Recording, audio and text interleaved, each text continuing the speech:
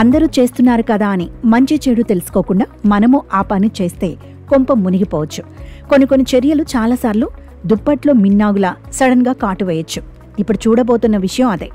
ఇంట్లో అందమైన మొక్కలు పెంచుకోవడం చాలా మందికి ఇష్టం ఉంటుంది. అందరూ తమకు నచ్చిన మొక్కలను తీసుకొచ్చుకొని ఇంటికి అందంగా అలంకరించుకుంటారు. అయితే ఇంట్లో మొక్కలు పెంచుకునే సమయంలో తప్పకుండా వాస్తు టిప్స్ పాటించాలట. మరీ ముఖ్యంగా కొన్ని మొక్కలను ఇంటిలో అస్సలే నాటకూడదని ఇంట్లో మొక్కలను పెంచుకునేటప్పుడు 1-2 సార్లు ఆలోచించాలని సూచిస్తున్నారు. ఎందుకంటే కొన్ని మొక్కలు ఇంటికి అదృష్టాన్ని తీసుకొస్తే మరికొన్ని మొక్కలు మాత్రం కష్టాలు నష్టాలు తీసుకొస్తాయట. కాగా ఇంటిలో ప్రతికూల శక్తిని పెంచి సమస్యలను తీసుకొచ్చే మొక్కలు ఏవి అంటే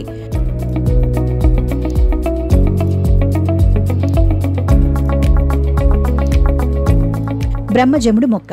ఈ మొక్క చూడటానికి చాలా అందంగా ఉంటుంది. దీనిని ఇంట్లో పెట్టుకోవడం వలన ఇంటికి అందం వస్తుంది. కానీ ఈ మొక్కను అస్సలే ఇంట్లో పెంచుకోకూడదట. దీనిని ఇంటిలో పెట్టుకోవడం వలన దీని పదునైన ముళ్ళు ఇంట్లో సంఘర్షణ వాతావరణం అలాగే గొడవలకు కారణమవుతుందట. అందుకే వీటిని వీలైనంత వరకు బాల్కనీల వద్ద లేదా పెరట్లో మాత్రమే నాటుకోవాలట. Snake plant. ఈ మొక్క చాలా మంది తమ ఇంట్లో పెట్టుకుంటారు. దీనివలన ఇంటికి అందమే కాకుండా ఇది గాలిని శుద్ధి చేస్తుందని ప్రతి ఒక్కరూ తమ ఇంటి లోపల ఈ మొక్కను పెంచుకుంటారు. అయితే ఈ మొక్కను ఇంటి లోపల కాకుండా ద్వారం వద్ద లేదా బాల్కనీలో పెట్టుకోవాలట. దీనివలన సానుకూల శక్తి ఇంటిలో ప్రవేశిస్తుందట.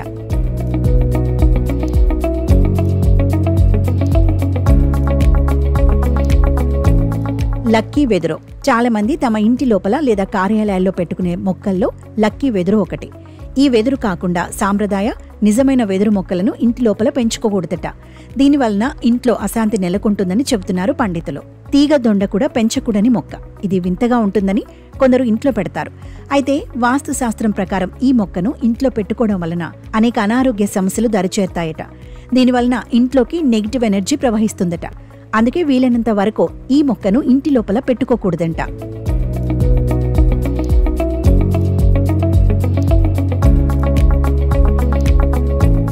వాస్తుశాస్త్రం ప్రకారం మనీ ప్లాంట్ ఎప్పుడూ ఎండిపోకూడదు. ఎండిపోయిన మనీ ప్లాంట్ మీ పురోగతికి మంచిది కాదు. మనీ ప్లాంట్ ఎండిపోతే ప్రగతికి ఆటంకం ఏర్పడి పేదరికం పెరుగుతుంది. మనీ ప్లాంట్ విపరీతంగా పెరుగుతుంది. కానీ మనీ ప్లాంట్స్ ఎప్పుడూ నేలను తాకకూడదని గుర్తుంచుకోండి. ఈ తీగను తాడు సహాయంతో పై భాగంలో కట్టాలి.